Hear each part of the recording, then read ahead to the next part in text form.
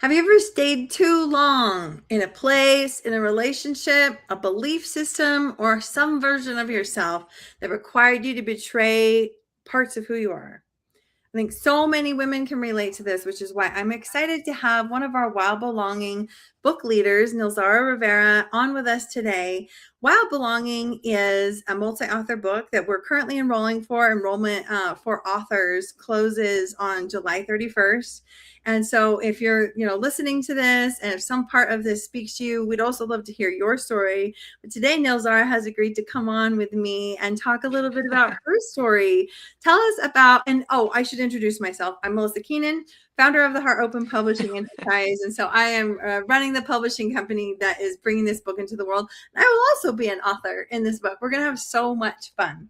Nilzara, what made you say yes to Wild Belonging? And not just yes even to writing, but also like, no, I really believe in this. I want to be one of the founding leaders of this project.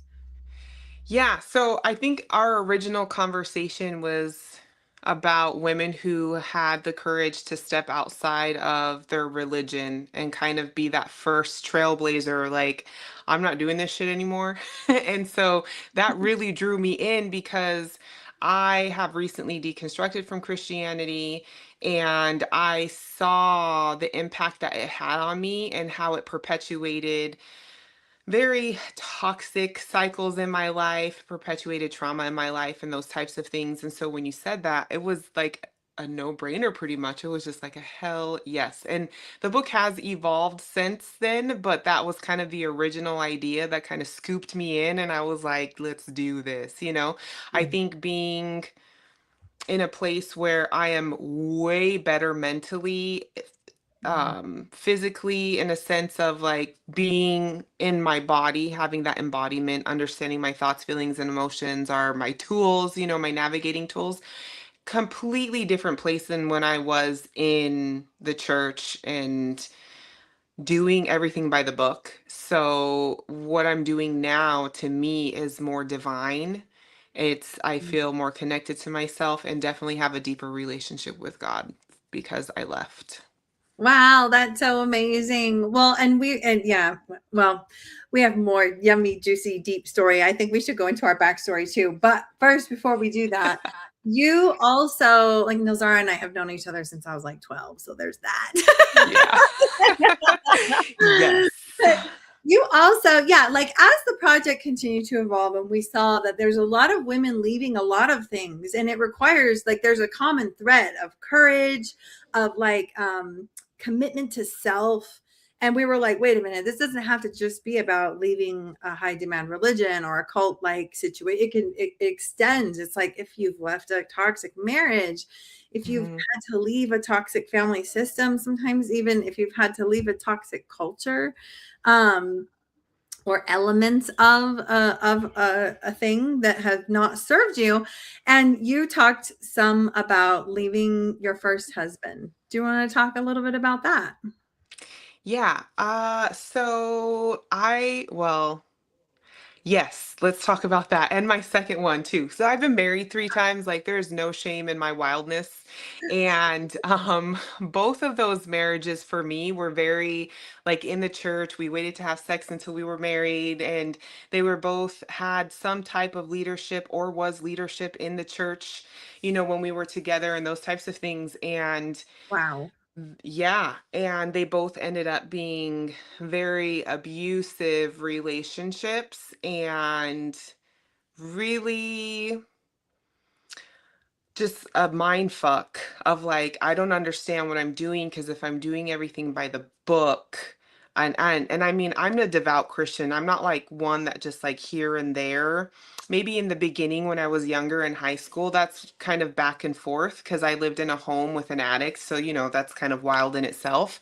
But as an adult, I was a devout, like I was in the crisis pregnancy centers, I was in leadership, I was driving here and there and in the schools and I was doing a lot of things on the name of Jesus Christ and Bible studies and fasting and I felt like I was doing everything I needed to, but I found that I was still in these same toxic relationships, getting myself into the same rut with when it came to men, and I was even finding them in the church, and and just think about it, these are men who waited to have sex with me until I was married, and that did everything that they needed to, and they both still ended up being very abusive. And so they were this was kind of the chaoticness that I had experienced through my whole life. And the first one I left, he was wild. I don't, I don't know how I get myself in these situations, but he was really wild. He was a private contractor for the military, so he had a very heavy background of doing things overseas that you do overseas. And so he was very controlling, uncomfortable. I mean, just the typical abusive relationship where I couldn't do anything. I had to be careful who I talked to and those types of things. And one day I told my mom what was going on. And while he was at work, we packed up my whole apartment and I rolled back out to my hometown. I was like, see you later. Filed for divorce. We got an annulment. But it was really my second one that really did a number on me. And that is the one that really put me in a place where it's like, you know what? I'm kind of the common denominator here. Mm. And I don't want to live this life anymore. I don't want to be the quiet woman, the woman that sacrifices her body all in the name of Jesus because that's what I'm supposed to do because my body is not mine anymore, and keep my mouth shut and be a servant to my I was like, I can't, there's no way that I can physically do this anymore and not be batshit crazy. I just can't. And so after I left my second husband, I was just like, okay, I need to sit down with this. I need to really sit in my shit and I really need to work through this because I cannot continue to live my life like this or serve a form of God that this behavior is glorified for. Right. I just couldn't do it. And I remember saying to myself, I would rather go to hell than go batshit crazy. So, and that's how I continued. Wow. So, Thank you so much. And I know you've done a lot of sharing of your story and stuff in your coaching and things, but like it's so valuable. And I think sometimes when we get into the industry, we forget how precious it is. Like some people never speak to this. And where you said at the beginning, oh, I don't know how I get myself into some of these situations. I like that stood out to me because I think that that's what a lot of women feel when they've left. There's this sure. like, okay, yeah, at least I got myself out, but there's this simultaneous shame for like, why the fuck was I ever there in the first place? And sometimes that can prevent us from telling our story. And like the reality is like, I mean, I always knew you were a badass. It's like hard to even imagine that you ever were in those marriages because I'm like, you were never quiet and subservient. No way. I sure You have was. always been such a force in my eyes, you know? So it's like it goes to show, like, and this type of stuff happens to all of us. It's so human to get lured in, to get manipulated. You were inside of this crazy system that said, this shiny man is the perfect example of who you're supposed to marry. And then you get in there and you're like, what is going on? It can happen Hmm. to any of us. So, Yes. yeah, like I would be curious, like what you would say to like, was there ever a part of you that felt like I have to hide this part of I'll never be able to? Did you ever think you would be like writing your story in a book, like becoming a published author, or even? And I know you've done one other book where you became a best-selling author, like Hmm. telling your story. Yeah, I mean, in the beginning, it was really, I wasn't sure what I believed in, if it was still in God. I was in this place of like, okay, this is just kind of one day at a time. And I also felt like God was calling me too. I felt like there was this innate feeling of like something bigger than me calling, but the only way I knew how to connect was like old school way, right? I don't want to go to church. I don't want to read the damn Bible. I don't want to do any of those things. So I had a sit down with God and I was like, look, I said, I feel you calling me. And I never doubted that there was a God, because I definitely had some divine moments as a Christian woman where that shit was real, and speaking in tongues and all of that stuff. Like, that's a whole different. I knew there was a God. I just didn't know how I connected with that form of God. So I had to sit down and be like, I need you to strip the crap. I need to see you for your entirety. And I also need you to send me people. Send me people who are already on this road and help me with this process. And so this was like right before COVID hit, which is a wild time for all of this to happen.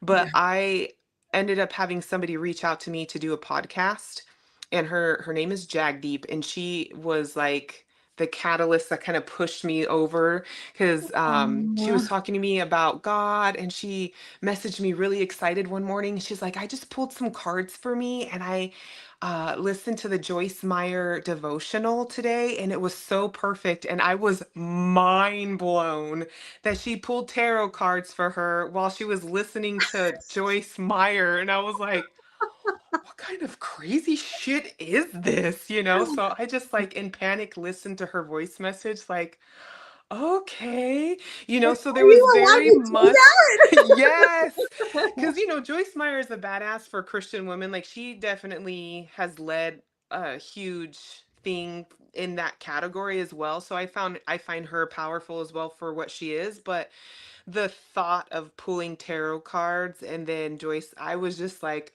okay, I'm just gonna sit with this right now and just take this in, because there's women out there who are doing this. And the wild thing was is that these women that Jagdeep was were introducing me to, I felt were more Christ-like and were more accepting of where I was at than any other Christian person that I was connected to, because everybody else was like, Nilzara's going crazy. She's going to hell. It was like, oh my gosh. And all these other women on this side were just kind of like, hey, we're here for it. If you have any questions, like, just know that you can believe in both until you don't one day, or you do. And so it was just kind of things like that where it eased things for me, but it was still very scary, just because my literally, like, everybody I was connected to was connected because I was a Christian. I would say like 87% of my following on Facebook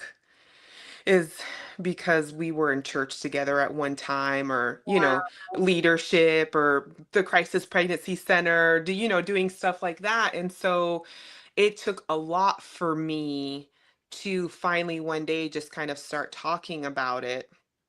And you were a big help with that too. And I had taken over your group and all of that stuff, so all of that stuff really helped. And then I ended up getting super sick, which was such a blessing. And I know that probably sounds crazy, but that was something else too that really catapulted this as well. But um it wasn't easy. It wasn't easy. Being ridiculed and being called crazy, and you're going to hell, and oh Lord, help her. And it's crazy because these are people that haven't talked to me in years. And then all of a sudden they come out of the woodwork just to tell me I'm going to hell. But they knew the experiences I was going through. Not once did they check in on me. Not once did they say, hey, I want to hear what is going on, like, Mhm. teach me, like, what can I do, where did this go wrong. I didn't really have those conversations. I probably have like two friends that are still Christian that just kind of let me be. But other than that, I was pretty amazed at the people who were just like so, like, almost disgusted with me, that Wow. I even fathomed of crossing over and going into witchery, so. To have people not even hear your story at all, Oh and yeah, for sure. the element of leaving, every single person that we've talked to, for those who have signed up to be authors in this book, and for those who are considering it, have had this element of feeling ostracized, or Mhm. sometimes outright like rejected, criticized, ridiculed, because of their choice to leave. And it's such a tender it's such a tender part, because leaving is always the harder choice. Like, it's harder, and it creates hard things, like whether it's divorce or leaving a big community like you did, or both, I or did a lot of all leaving, yeah. the above. Like leaving is hard. And so there's like, but there's this grounded peace that comes that that your Yes. feet are where you're meant to be. And what do you think? Like, why do you think that so many of us stay, especially as women, long after our souls are ready to leave? Like, why do we stay? It's a question that I think about a lot, even in my own journey. Well, I think one of them is the trauma portion of it. Unfortunately, we're at higher risk just because we're women for to experience trauma. And trauma is anything that's too much, too fast, too little, too slow. Most people think it's like a catastrophic events, right? And it is, but there's so much more to trauma. It's anything that doesn't allow you to regulate your nervous system. Yeah. So a lot of us don't have the opportunity to develop ourself, our own thoughts, feelings, and emotions, our own foundational pieces because of our upbringing. And so we are way more easily persuaded. It is way easier to, um, we're more conditioned to be outside of ourself when we experience trauma, especially if it's in the home. And then when you place that and it compounds in the church, because the church teaches you to be outside of yourself, to be Christ-like, it perpetuates the belief system that was created from the trauma. So it blinds it. So we're already blind to it. We're already normalized and comfortable in trauma, right? When we carry it for so long, it becomes who we are. We like red flags aren't red to us. They're kind of like pale and we're like, meh, that's not too bad. So then you get somebody who is desperate, who is desolate, who is completely disconnected from themselves, and who is just so hungry for connection. And if you give them A, B, C, and D to do, and that equals loved or holy or connected or a promise of a blessed marriage, blah, blah, blah, blah, you will have that's like the perfect antidote, like for servants, for people just to confine and be like, I'm doing the right thing, and this is how we do this. It's way easier to be manipulated. It's way easier to be conditioned when we don't have the opportunity to develop ourselves in a safe space like our home, like we should have had that opportunity. So it totally bleeds into our adult life. Yeah, I liked too what you said about being outside of our bodies. I know for me personally, I really relate to that. Like nobody ever taught me to know what a yes felt like in my body or what a no felt like in my body.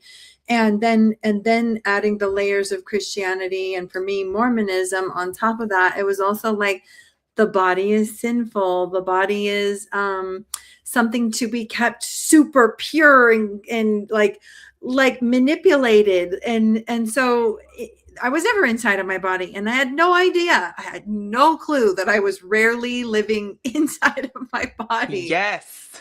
Ah, and when you're coming from that space, it's like you don't know your yes and your no. And I loved your like really good visual, like red flags are not even red. Like No. it's so real. It's so real. And there's not shame in having put ourselves or being manipulated into circumstances where we were then victimized. Like there's actually not shame in that, but there is so much richness and depth and learning and opportunity for healing and growth Mhm, on the other mhm. side of it. And Yes. so, oh, I've loved like just, knowing you all these years and these little touch points that we've had. So Nilzara and I met at a Women's Aglow conference in Lake Tahoe. In And Lake um, Tahoe. you're a couple years older than me. And at the time, I was like, oh, I want to be like her. She's like, super Christian and she's just all in it. And then like, I think we never ever would have imagined the different ways that we've touched into each other's lives throughout the years.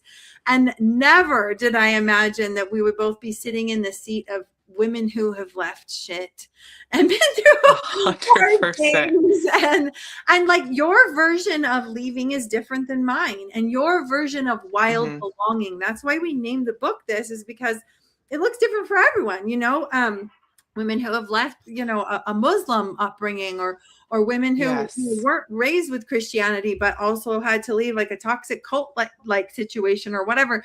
The space where we've all landed is not the thread that connects us, but the element of belonging to self, belonging to earth, belonging to like, I always think about like heaven on earth. Like, I don't know about heaven after earth, but I know for sure I have a lot of control to create my own heaven on earth. Yes, and that's Working huge. it, Yeah. right?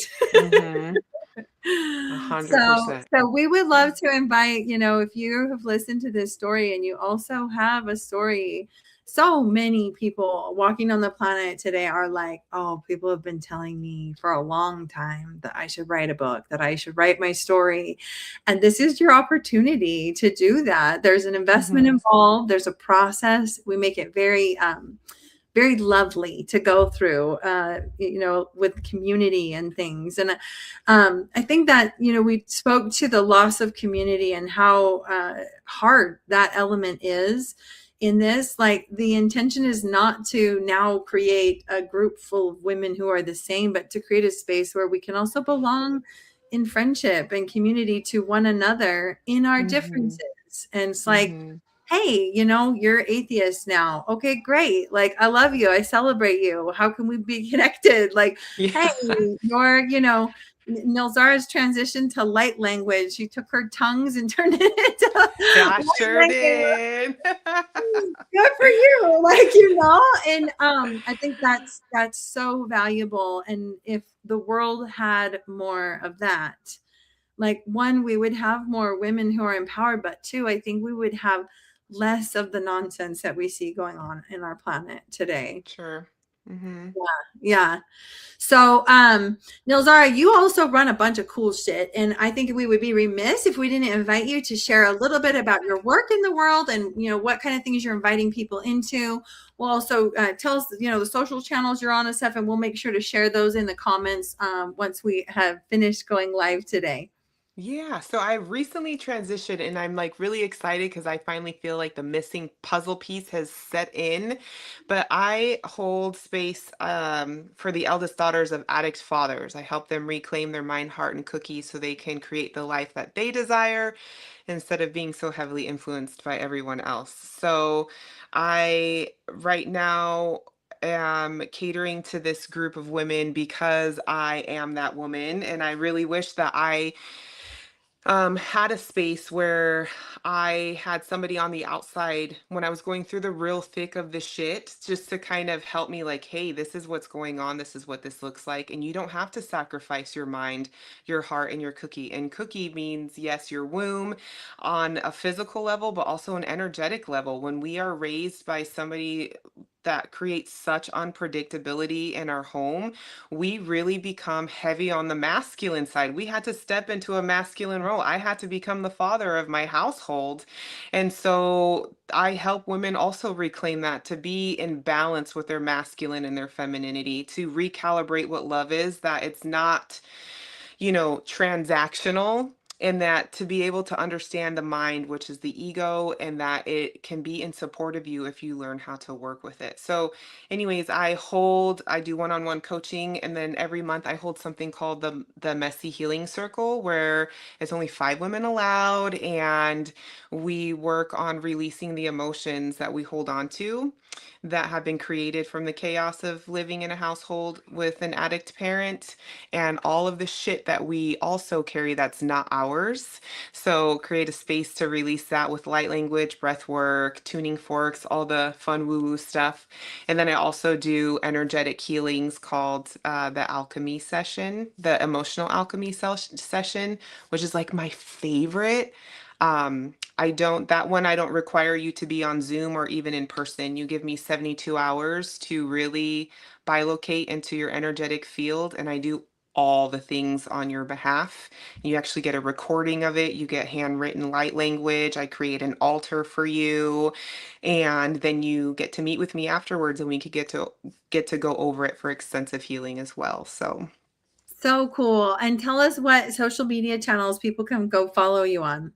So I'm most active on TikTok under Light Language Mystic. I'm, the same on Facebook, Instagram, and YouTube. Not as active, but I'm gonna get there one day. I just am in the middle of moving, and I have two special needs kids, and that's a whole thing. But TikTok is definitely where I am at, and yeah.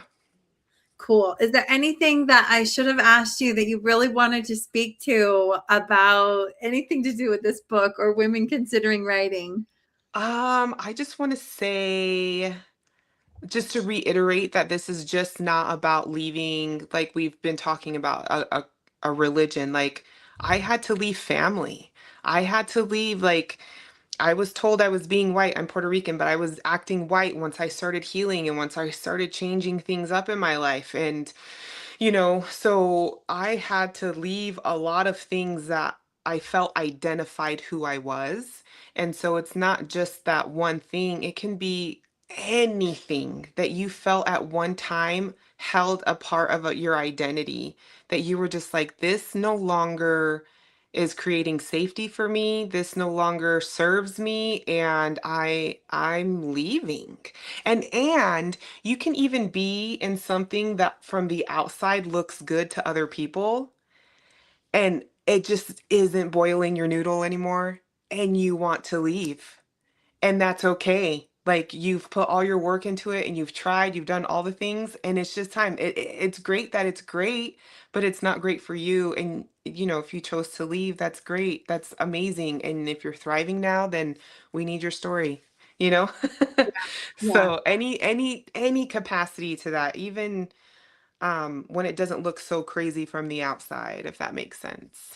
I love that. I love that so much. Oh, fun. We have a couple comments. Janice Lamfair said, hi, so cool seeing you and hearing your voice. I love Amanda's one. Janice. Amanda's also one of our Wow Belonging book leaders. Hi, thanks for watching. She said, yes, 100%. I think too, I would like to close by saying that there's a real stigma for women who leave. It's like she's misbehaving, she's gone rebellious, and she's probably a little crazy. And this sort of black sheep energy, if you will. Mm-hmm. And while it's definitely true that we are now so many of us are less apologetic about our wild, about our angry, about our full hell no, and all of the things, we're also really creating this book to come up against that stigma. Like we are Mm-hmm. fighting. Like we didn't leave so that we could just have a shitty life. We left so that we could have a more whole, full, rich life. Yes. And that's why this book really needs to exist, both to inspire those who are sitting in toxic situations and are too scared to leave, as well as to inspire those who have left to be like, you're not alone. And it's good. If you felt like that was the right thing to do for you, then that is what was the right thing to do for you. Bottom line. Mm-hmm. Yes. Mm-hmm. Nilzara, thank you Yes. so much. I'm so Thank excited. you. This project has already been so much fun, and there's so many cool women that we've gotten the opportunity to talk to and that are planning on writing in this project. And it's going to be fantastic. I So think so, yeah. if you're not interested in writing, then definitely go give Nilzara a follow on all her different channels and things. And you can also give this book a follow. We are planning to launch towards the end of this year. So keep eyes peeled. If all goes according to plan, that is when we will launch, and we would love for your support at that time. If you do want to write in this book, we would really love to have you. It's simply a conversation. And I Yeah. recommend you reach out to Nilzara first so you can have that conversation with her and figure out, what's up, what's down, if it really does feel like a right fit. And we're not here to convince anybody to write with us. We just, want to offer the opportunity for those who really want it. Mm-hmm. All Absolutely. I'm right. excited. Me All too. right. Thanks, Nilzara. And thanks to all of you who watched today. And we'll see you next time. Bye.